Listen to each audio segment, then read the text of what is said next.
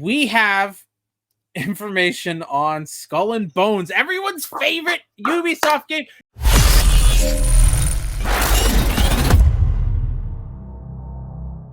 Skull and Bones might have cost Ubisoft $850 million. Just a quick disclaimer. This is a rumor. This is a rumor. Yeah, it is a rumor.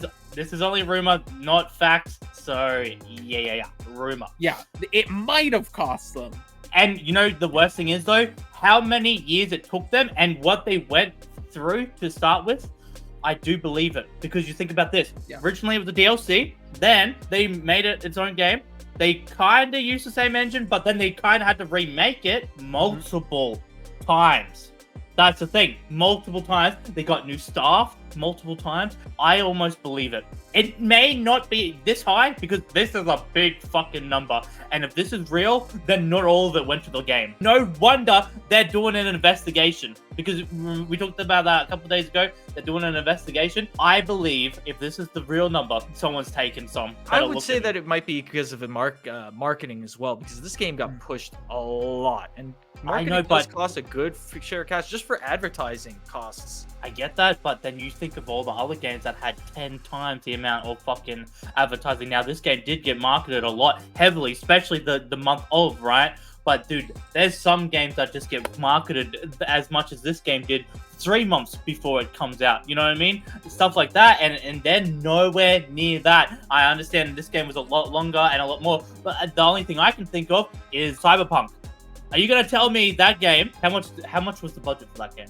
I mean, and that went through a lot more development hell. Yeah. But it wasn't anywhere close to, I don't even think it was anywhere close to $500 million.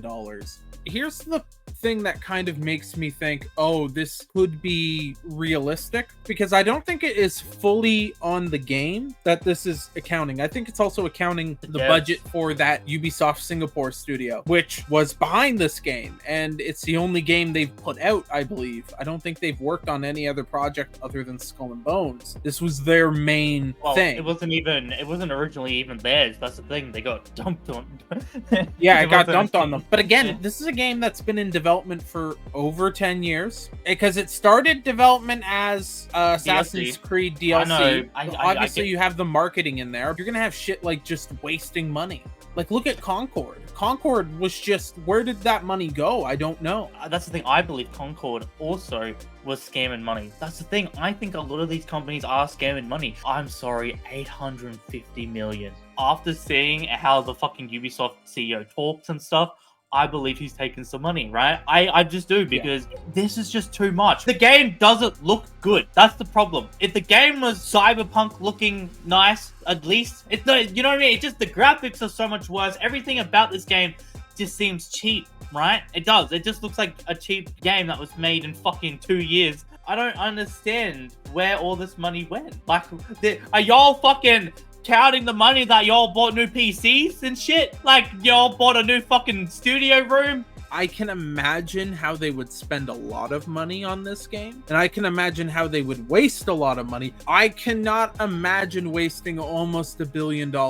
Exactly. That number baffles me, but only Ubisoft could manage to pull that fucking off. They're the only company that I can think of that could manage to blow $1 billion fucking on one game that took 10 years to develop. Wild, dude. I feel so bad for the accountant at Ubisoft who's gonna have to go through this all.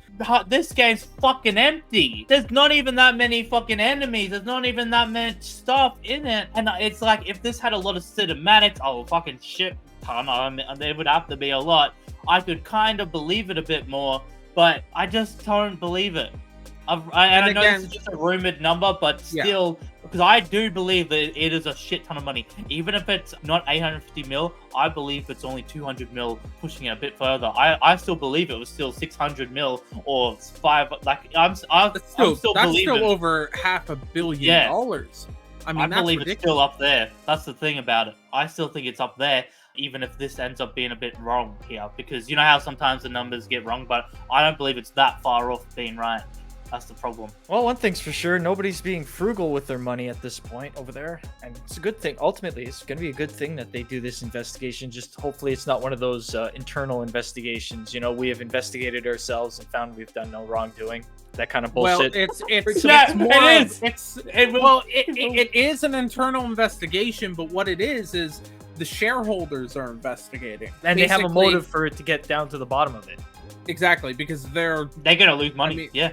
exactly they're on the hook. If the company goes under, they lose a lot of money, so they have And a they're- vested interest in that company making as much fucking money as possible.